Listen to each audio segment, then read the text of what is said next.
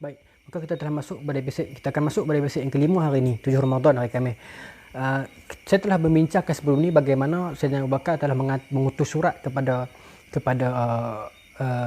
Khalid Al-Walid untuk pergi ke Iraq membantu tentera Islam di Iraq berhadapan dengan kelompok kaum-kaum besar orang Parsi ketika itu. Maka Khalid terus meneruskan perjalanan beliau ke Iraq pula selepas itu. Kisah ini dicatatkan pada tahun 12 Hijrah. Maka bagi yang membuat catatan sejak awal, ingat hari ini kita telah masuk kepada 12 Hijrah. Tahun ke-12 Hijrah. Bulan Muharram, bulan awal. Okay, apa yang Khalid buat? Okay? Baik, disebutkan dalam ni. Okay? Muhammad bin Ishaq menceritakan daripada Salih bin Qaisan, sesungguhnya Abu Bakar telah mengirimkan surat kepada Khalid memerintahkannya untuk berangkat ke Iraq. Khalid pun berangkat menuju ke Iraq dan melewati beberapa kampung, beberapa kota As-Sawat. Sawat ni aswad, hitam, kota-kota hitam. Dibuat footnote di bawah ni, kota-kota hitam kerana tanaman-tanaman di situ berwarna hitam. Okey, maka Khalid menggempur mereka, tak ramai pun. Ada yang Khalid gempur, ada yang Khalid minta pendamaian secara elok dan sebagainya lah. Tapi ringkas kata, setiap kampung yang dilewati Khalid untuk sampai ke medan Iraq itu, Putrajaya Iraq itu, Khalid telah menawannya. Termasuk kota Al-Harrah dan sebagainya, alhamdulillah. Maka ada kampung yang melawan, kena. Ada kampung yang tak lawan dan Khalid ambil ufti. Okey, ambil jizyah. Baik. Maka tuan-tuan, saya sambung cerita ya. Maka Khalid masuk ke satu-satu kampung, satu-satu kota dan menawan sampailah satu kampung. Di sana kampung itu kawasan Al-Harrah. Okey. Kampung tu agak ke pekan sikit. Maka Raja Parsi hantar satu orang pegawai untuk berdialog dengan Khalid. Pegawai ni nama dia apa? Pegawai ni nama dia Abdul Masih bin Amr. Dia sebut Abdul Masih ni tuan tahu lah, Kristian lah dia. Baik. Maka Khalid tanya kepada dia, dari mana asalmu? Maka dia jawab, dari tulang punggung ayahku. Khalid tanya lagi, dari mana kedatanganmu? Dia jawab lagi, dari perut ibuku. Dia main Khalid. Padahal Khalid tanya ni, hamai dari mana? Siapa? Hantar hang, raja hang duk mana? Hang bagi tahu aku. Itu tujuan Khalid. Tapi bila Khalid tanya, dia jawab. Dia main Khalid. Kemudian Khalid tanya lagi, celaka hang main aku? Khalid tanya macam tu kan. Celaka kamu menipu aku, bermain aku. Maka dia kata, saya tak main. Saya cuma jawab betul lah. Maka Khalid tanya, sekarang ni kamu atas apa? Atas apa ni bermaksud atas agama apa? So maksudnya, tapi orang Arab cakap alama, atas apa hang ni? So orang faham dah, atas apa ni, atas agama apa? Tapi dia main Khalid lagi, dia jawab, saya atas bumi. Nampak? Panggil orang Kristian ni. Maka Khalid tanya lagi, bukan. Hang ni dalam apa? Dalam agama apa? Dalam apa? Tentu kan? Maka Khalid kata, saya ni dalam bumi. Ataupun, saya dalam baju. Saya duduk dalam baju. Bak dia main Khalid. Maka Khalid kata, hang ni ada otak tak? Dia kata, ada. Okay. Maka Khalid kata, aku tanya hang elok kan? Khalid tanya dia. Maka dia jawab, lah aku pun jawab elok. Nampak tak? Abdul Masih ni main Khalid. Maka Khalid kata, lah ni macam ni lah. Hang nak lawan dengan aku ke? Ataupun hang nak berdamai? Khalid tanya dia. Dan saya pilih untuk berdamai. Maka Khalid kata, kalau macam tu bayar ufti. So dia sudi tu banyak ufti, jizyah. Dia pun takut nak perang Khalid, cuma dia nak main Khalid ni. Okay? Dan Khalid pun penyabak tak bunuh dia. Okey. Baik. Kemudian Khalid pun menawan kampung tersebut, kawasan Al-Harrah itu. Maka Khalid meneruskan perjalanannya. Okey. Tapi sebelum itu, Khalid hantar surat. Khalid bagi surat kat kawan tu. Kata, surat ni hampir bagi dekat Raja Parsi. Khalid beritahu. Apa surat Khalid? Assalamualaikum. Assalamualaikum. Assalamualaikum manittaba'al huda. Salam sejahtera kepada orang yang ikut petunjuk. Kalau siapa nak terima Islam, macam tu. Dia ikut sunnah Nabi, pangkal ayat macam tu kan. So, Khalid kata, sejahtera kepada orang yang mahu mengikut petunjuk. Segala puji bagi Allah yang telah memecah belahkan kamu, kekuasaan kamu dan menghinakan kamu. Okay? Sesungguhnya kalau kamu masuk Islam, kamu ada hak sama macam kami. Dan kalau kamu tak mau terima Islam, maka bersedialah untuk menghadapi tentera aku yang mencintai mati lebih daripada mana kamu mencintai hidup. Ayat Khalid. Kalau kamu terima Islam, selamat. Kamu akan dapat makan apa yang kami makan, kamu akan dapat rasa apa yang kami rasa. Tetapi kalau kamu lawan, kamu tak mau terima Islam, either kamu bayar ufti ataupun kamu akan menghadapi tentera aku yang lebih cintakan mati berbanding kamu cintakan hidup, kata Khalid. Okey. Maka surat itu dibaca oleh pemuka-pemuka Mesir, pemuka-pemuka Parsi masa ni. Maka raja-raja raja Parsi jadi marah, pemimpin-pemimpin pemuka-pemuka Parsi jadi mengamuk, maka datanglah satu orang panglima besar nama Hormuz. Al-Hormuz ni tuan-tuan baca dalam kitab sejarah, sangat terkenal dia, sangat great warrior dia dalam kerajaan Parsi. Maka Hormuz mengatur tentera dia untuk bertempur dengan Khalid. Okey. Maka Hormuz dikenali sebagai seorang panglima yang sangat bengis dan sangat kuat, dan sangat juga kuat kekufurannya. Namun dipandang oleh sebagai seorang bangsawan dalam kalangan orang Parsi. Okay. Topi dia sangat mahal, bertatakan permata dan intan. Okay. Maka Khalid datang bersama pasukannya yang berjumlah 18,000 orang. Okay. Dia menempatkan mereka di satu posisi. Maka Khalid pun dapat tahu yang Hormuz duk target dia. Hormuz tu satu orang panglima besar Parsi. Maka Khalid kata, okey tak apa, jom. Maka Khalid bawa tentera dia pergi ke satu kawasan yang agak jauh daripada perkampungan sebab tak mau bagi kacau orang kampung. Sebab ni baiknya Khalid.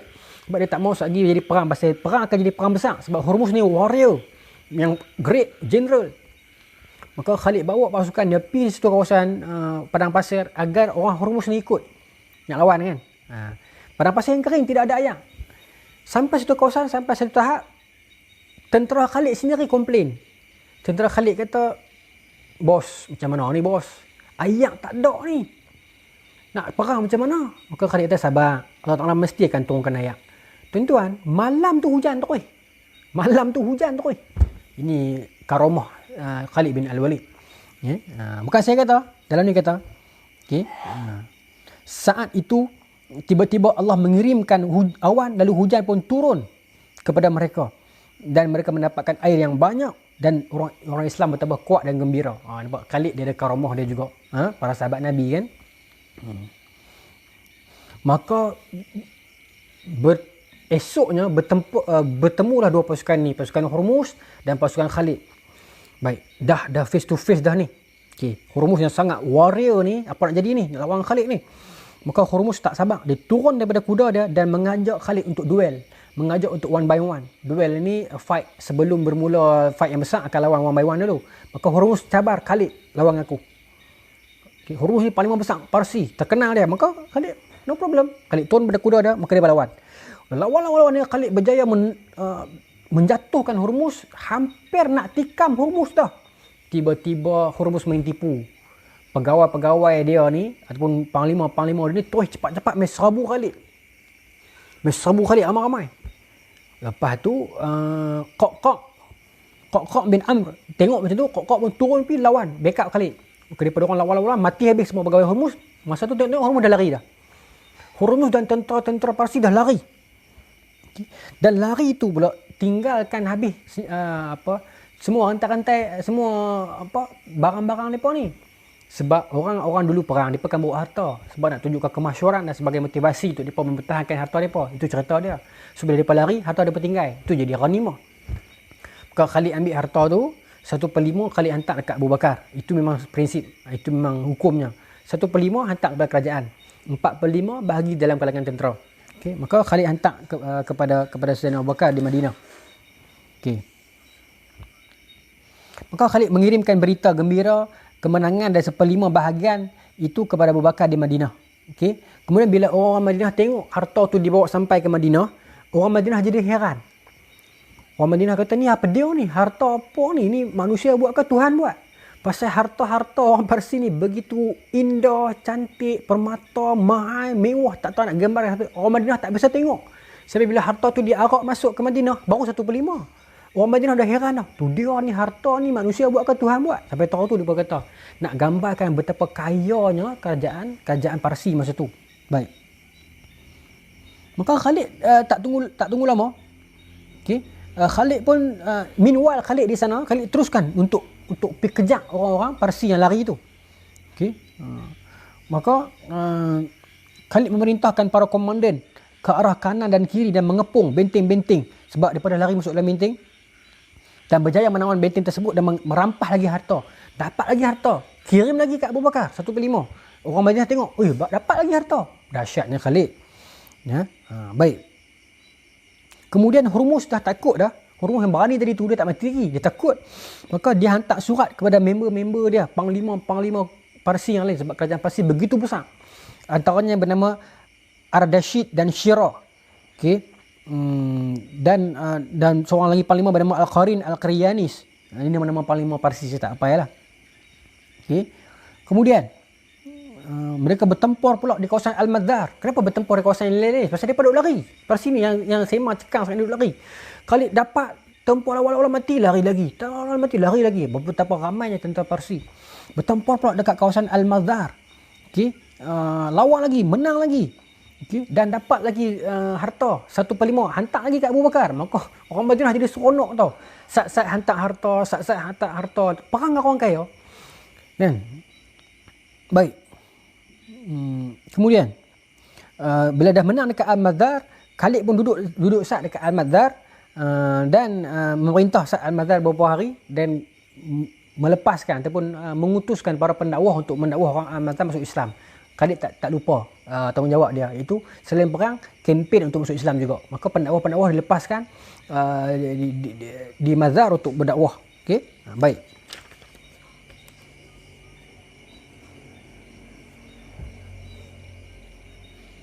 Khalid tinggal di sana beberapa lama dan membahagikan harta.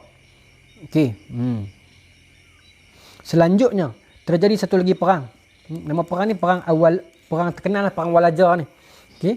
Sebenarnya cerita Walaja ni dalam kuliah saya tak ingat 2 tahun lepas. Okey. Baik. Perang Walaja ni berlaku dalam bulan Safar. Yang tadi tu nama dia perang Zi As-Salasil. Perang berantai sebab tentera Parsi dah rantai kat kaki. Perang Walaja berlaku bulan Safar, tahun bila 12 Hijrah. Baik. Kemudian dicontohkan dalam perang Walaja ini, Islam menanglah tentu. Okey. Tetapi muncul satu orang tokoh lain bernama Al-Andarzaghar, yang kuat juga. Okey, yang bertempur sengit.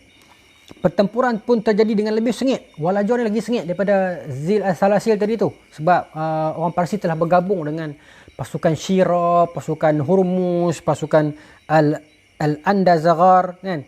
Bergabung bertempur dengan Khalid. Dia ingat daripada bergabung dia dah boleh menang. Tapi Khalid lawan sesungguh hati sampailah pakat mati habis semua. Sementara itu Al-Andarzaghar yang cakap besar tadi tu, pasal Al-Andarzaghar kata kepada Hormuz, alamak, Khalid ni aku boleh menang, tak ada masalah. Dan lawan Khalid pukul dia lari. Sebelum sempat dia bunuh. Diceritakan dalam buku ni, dalam kitab ni, Al-Andarzaghar ni lari sebagai pertempuran sampailah dia tak tahu, tak ada ahli tujuh dah punya takut kat Khalid. Akhirnya dia mati dalam perjalanan pelarian dia itu sebab haus. Itu saja kematian yang menghinakan. Okey. Baik. Kemudian bila dah habis peperangan itu, Khalid bangkit di tengah khalayak tentera. Khalid kata, nampak tak tu Kisra tu, Parsi, Putrajaya dia tu, yang tu lagi besar tu. Tak mau lah dia kata, tempat orang kaya ni. Berjuanglah. Tiupkan motivasi kepada mereka kan. Maka mereka pun semangat pi. Okey, pi. Kemudian diceritakan oleh Saif bin Umar, dirakamkan oleh dalam Tarikh At-Tabari, oleh Imam Tabari mengatakan bahawasanya, berkata Amr dari Asy-Sya'bi, dia berkata, Imam Sya'bi kata, di dalam perang Walajah tadi ni, Khalid berduel, fight one by one dengan satu orang lelaki Ajam yang kekuatan dia sama dengan 1000 orang. Cuma Imam Sya'bi tak sebut lelaki ni nama apa. Tapi dalam perang Walajah ni ada satu orang lelaki yang terlalu kuat, yang disebut oleh orang Parsi kekuatan dia sama macam 1000 orang. Dan dia ajak Khalid fight dengan dia. Dan Khalid fight. Dan dia mati di tangan Khalid. Dan yang menariknya, Khalid Al-Walid ni tuan-tuan, bila lelaki yang kuat 1000 orang, kekuatan sama macam 1000 orang tu mati di tangan Khalid, bila dia mati, Khalid duduk atas mayat dia. Betul, Khalid order makan. Bila dah habis perang, Khalid tak tanam dia lagi. Khalid duduk atas mayat dia. Khalid kata, pergi buat aku sup satu, contohlah makanan. Khalid makan sambil duduk atas jenazah dia. Ini satu psikologi Khalid nak tunjuk kat orang Parsi kalau mereka mengendak daripada jauh. Ni kekuatan yang hang kata sama dengan 1000 orang ni. Aku duduk atas dia, makan atas dia. Ya. Khalid tuan-tuan, Khalid Al-Walid. Ya. Khalid kemudian bersandar pada jenazah lelaki tersebut dan makan di atasnya. Makan buat tak tahu atas jenazah tu. nak bagi tahu psikologi kepada orang Parsi ni. Orang yang hampa anggap warrior 1000 orang sama kekuatan ni. Aku duduk atas dia yang makan. Okey. Maka hebatlah Khalid ni. Kemudian berlaku satu lagi perang. Okey. Perang yang bernama Perang Ulais yang terjadi dalam bulan Safar juga. Selepas Perang Walaja, tak tunggu lama berlaku pula Perang Ulais. Perang Ulais ni berlaku sebab apa? Sebab di dalam Perang Walaja dengan Perang Ziyad Salasil itu ada beberapa orang daripada kaum-kaum mana-mana tentulah, bani-bani mana-mana yang keluarga dah tak puas hati dekat Khalid. Sekali lagi perkauman. Maka geng-geng ni berkumpul untuk serang Khalid. Dan dikumpul oleh siapa? Ketua mereka bernama Abdul Aswad Al-Ijli, satu orang Nasrani Arab. Ya, yang dia tiup semangat semua orang ni akan bangkit menuntut bela untuk anak-anak kita yang mati ni, lawan dengan Khalid. Dia mai Parsi, dia huru-harakan Parsi, kita lawan dengan dia. Maka dikumpulkan kekuatan tentera orang awam yang ramai-ramai ni untuk menggempur Khalid. Tapi ialah tuan-tuan, orang awam nak lawan Khalid. Sedangkan Khalid tak kacau mereka pun. Khalid nak memburu Hormuz, nak memburu tentera-tentera Parsi. Hampa duduk kat kampung sudahlah, siapa hampa nak tak puas hati kan. Tapi mereka nak sabotaj Khalid. Maka mereka kumpul semua kekuatan, campur dengan semua bani-bani yang ada yang anak mereka mati dalam Perang Walaja ni, nak serang Khalid. Tetapi ialah bukan tentera. So plan mereka tak sistematik macam tentera. So malam tu daripada ramai-ramai, mereka bakar ayam, ramai-ramai BBQ apa ni, sementara esok nak perang dengan Khalid. Khalid dapat tahu. Khalid kata, puak-puak ni aku tak kacau hampa pun. Maka Khalid pergi serbu dulu. Khalid pergi serbu mereka di perkemahan mereka waktu malam. Sedang daripada buat BBQ tu. Okay? Maka Khalid menggempur mereka. Tetapi tuan-tuan, pertempuran yang sangat sengit berlaku. Bermaksud mereka pun bukan calang jugalah. Kuat juga. Dan mereka ni ramai. Puluhan ribu orang. Diceritakan dalam kitab ni 70,000 orang. Tuan-tuan bayangkan macam mana ramai. 70,000 orang. Okay? Maka lawan. Masa tu mereka duduk makan lah, BBQ kan. Kalau lawan-lawan, gempur sampailah diceritakan sungai, ada sungai di situ. Sungai itu bertukar merah akibat darah daripada orang kafir yang mati itu. Dan yang mati itu dianggarkan 70,000 orang plus minus. Begitu Khalid menggempur. Tapi yang seronoknya, setelah Khalid mengalahkan pasukan musuh itu, dan mereka pun ada setengahnya yang selamat lari, orang yang Khalid tak kacau ni. Dalam Perang Ulais ni, Khalid tak kacau mereka pun, mereka kacau Khalid. Okay? So setelah mereka diusir, dibunuh semua ni, maka makanan tadi tu, Khalid BBQ, ayam semua duduk hari. Maka Khalid kata kepada tentera dia, makan. Ghanimah, makan. Maka tuan-tuan, maka para sahabat pun, yang tentera-tentera Khalid pun duduk dekat dapur mereka tu lah. Maka ada dalam kalangan orang Islam masa tu yang badui, yang baru masuk Islam, yang heran tengok makanan apa ni. Sebab terlalu mewah. Dia cerita dalam kitab ni ada kain hamparan yang dia letak kat tu. Kat baju tu kan. Masa tu orang pasti dah pakai dah kain tu dengan kain kat bau kat paha ni. Maka orang Arab ambil kain tu, orang Islam lah. Tengok kain dia kata, ni baju ke apa ni? Sampai tak tahu guna. Maka salah seorang daripada orang bandar dalam kalangan para pejuang Islam kata, ini adalah kehidupan yang mewah, kata. Kain ni orang buh di tengkok dengan buh di paha, bukan buat baju. Maka orang Islam tak tahu. Orang Parsi sampai Tera tu punya kaya. Nak makan tengah perang pun pakai kain tu lagi. Oh, hebat lah. Bukan Khalid kita makan. Betul lah dia sebut apa? Ar-raqiqul aish, kehidupan yang mewah. Orang Parsi ni. Khalid kita makan. Okey. Nampak Khalid tuan-tuan. Okey. Maka adalah barang-barang rampasan perang free bonus yang Khalid dapat malam tu, sebab dia kan Khalid tak kacau. Tapi dia kacau Khalid. So bila dia lari, dia kena bunuh, ada rampasan perang, maka Khalid hantar lagi kat Abu Bakar 1/5 lagi. Bila dapat lagi, maka Abu Bakar kata, Abu Bakar macam puji Khalid lah di Madinah. Abu Bakar kata, budak ni hebat sungguh lah. Dalam dirakamkan, Abu Bakar sebut kepada orang Quraisy, wahai kaum Quraisy, sesungguhnya singa kalian telah menyerang para singa. Dia beritahu hebatlah Khalid ni. Maka Abu Bakar menghadiahkan kepada dia seorang hamba perempuan kepada Khalid. Baik. Alhamdulillah. Kemudian, ini menarik. Ibn Katsir sebut dalam kitab dia kata apa? Setelah itu, terjadi pelbagai lagi peristiwa panjang yang dialami oleh Khalid sepanjang peperangan, yang akan bosan mendengarnya. Maksudnya banyak lagi. Yang diceritakan ni sikit saja. Sebenarnya banyak lagi siri-siri perang-perang kecil yang Khalid melaluinya. Banyak. Sampai kata Ibn Katsir, alhamdulillah. Kalau aku cerita ni, hampa nak dengar pun cemui. Tapi Khalid tak cemui untuk perang. Oh, nak beritahu hebatnya Khalid. Kita yang tukang dengar, tukang baca pun cemui. Khalid perang tak pernah cemui. Tuan-tuan cemui tak? Baik. Kemudian, Ibn Katsir sambung cerita. Selanjutnya kata Ibn Katsir, Khalid bergerak dan berhenti di satu perkampungan yang bernama Al-Qawarnaq dan As-Sadir. Baik. Dan An-Najaf. Tapi bila dia menebarkan pendakwah untuk mengepung kota-kota di sekeliling Al-Hirah ni, perkampungan yang Khalid Al-Walid pergi selepas itu adalah perkampungan yang mereka tak melawan Khalid. Mereka pilih untuk berdamai dan mereka pilih untuk bayar jizyah. Maka Khalid pun menghantar para pendakwah untuk mendakwah penduduk kampung tersebut. Dan ketika itu datang seorang lelaki bernama Ibn Muqailah, satu orang tokoh dalam kampung itulah, mungkin raja, mungkin pembesar, mungkin tok penghulu macam itulah. Ibn Muqailah ni malah didatangi oleh Khalid. Ketika itu dia sedang memegang satu bungkusan. Maka dia serahkan bungkusan itu kepada Khalid. Bungkusan tu untuk dia lah, tapi dia serahkan kepada Khalid. Bila Khalid tanya, "What is this? Apa benda ni? Bungkusan apa ni?" Maka dia bagi ke Khalid. Khalid tengok, dan sambil Khalid tengok bungkusan tu, Khalid Al-Walid tanya dia, "Bungkusan apakah ini?" Dia sengak. Maka wajahnya jadi macam pucat, macam risau. Dia kelu lidah dia. Maka Khalid pun membuka bungkusan tersebut.